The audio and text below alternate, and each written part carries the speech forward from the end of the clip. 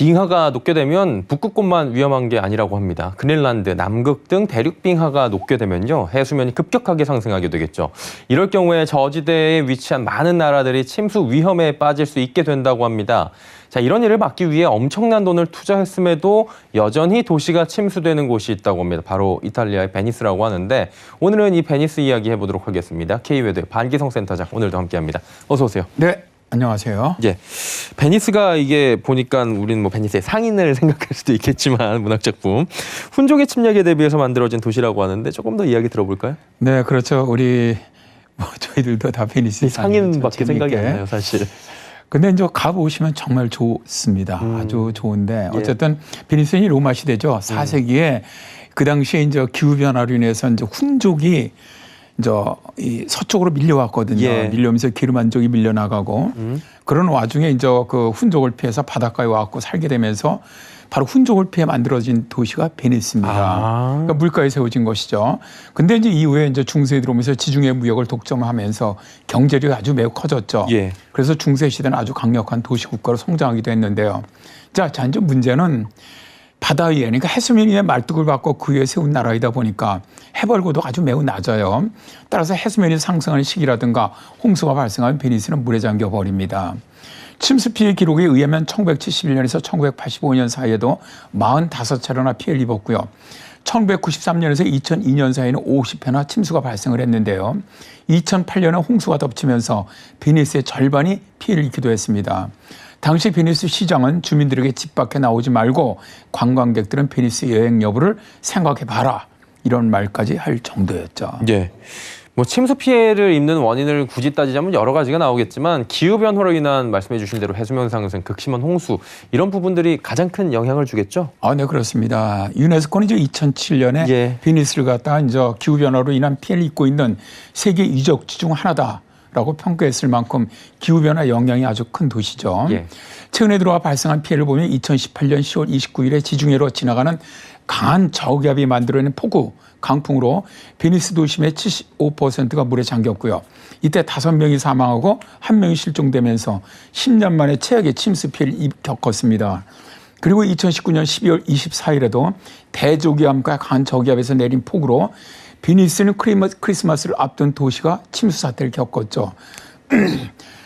조수 수위가 139cm였는데 홍수로 인해서 평균 해수면이 187cm로 높아져서 베니스는 바다 아래에 잠길 정도의 위기에 빠졌는데요. 예. 무려 50년 만에 최악이었던 당시 홍수로 베니스는 엄청난 피해를 입었습니다.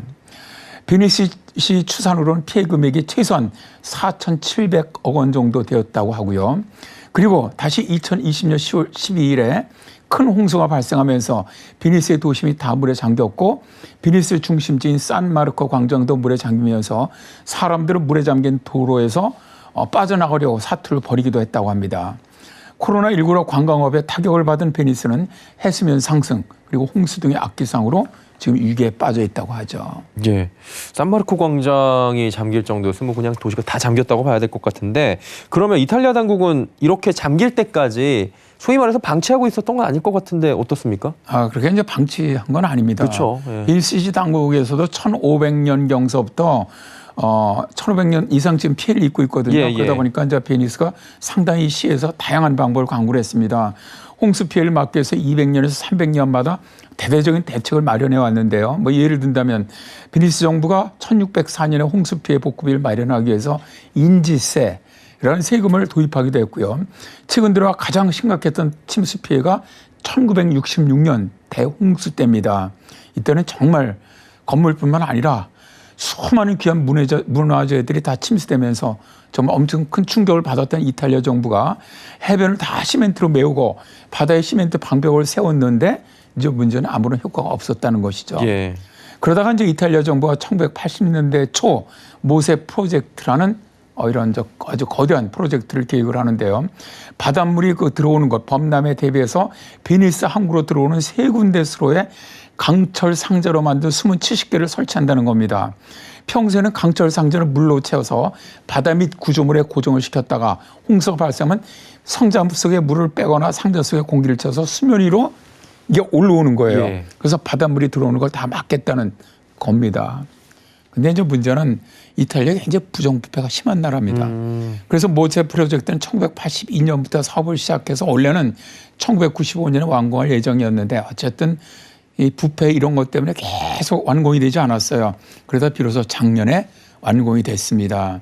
근데 모세 프로젝트에 투입된 예산만 9조 원 정도가 됩니다. 매년 이 수문을 운영하는 예산만 한 130억 원 정도 되고 있는데 근데 문제는 만들어냈는데 작년 12월에 침수를 막지 못했다는 것이죠. 저는 이제 영국 미래학자 스티븐 백스터가 100년 후 지구 미래의 모습은 기후와 환경령으로 물의 도시인 베니스처럼 될 것이다 라고 말했던 것이 가슴을 좀 때리더라고요. 결국엔 이게 돈 들여가지고 만들어냈고 오랫동안 힘들게 만들어냈는데 제 기능을 지금 못하고 있었다라는 부분으로 다가오는 것 같습니다. 근데 그만큼 기후 지금 재앙이 심하다라는 쪽으로 들리는 것 같고요. 실제로 뭐 자카르타도 그랬고 기후변화로 인한 해수면 상승으로 피해를 보는 것이 뭐 베니스만 그런 것도 아니고 자카르타만 그런 것도 아니고 굉장히 많잖아요. 아, 그렇습니다. 뭐 가장 대표적인 게 남태평양에 있는 그 섬나라들. 아, 몰디브나 뭐 이런. 네네. 예. 그다음에 이제 저지대 국가들이죠. 예. 뭐 우리가 알고 있다시피 네덜란드라든가 방글라데시 뭐 이런 나라들은 굉장히 심각한 나라들이죠. 결국 이제 베니스에 거주하는 사람들도 어쨌든 지금 물이 계속 올라온다면 그것을 떠나는 기후 난민이 될 가능성이 높은데요. 예. 22개의 처한 나라들 가운데 이제 몰디브 같은 나라는 1192개의 크고 작은 섬으로 이루어져서 해양관광 천국이라고 부르죠. 이 나라는 어떻게 대비를 하느냐? 부유식 인공섬을 만들 계획입니다. 그래서 부유식 해상 구조물을 지금 건설 중에 있습니다. 예. 해수면이 떠오르는 섬이죠. 예. 네. 근데 좀 문제는요. 기후재앙에 취약한 나라들이 되게 가난한 나라들입니다. 그러다 보니까 이런 재난 대비 인프라에 투입할 자본이 없다는 겁니다.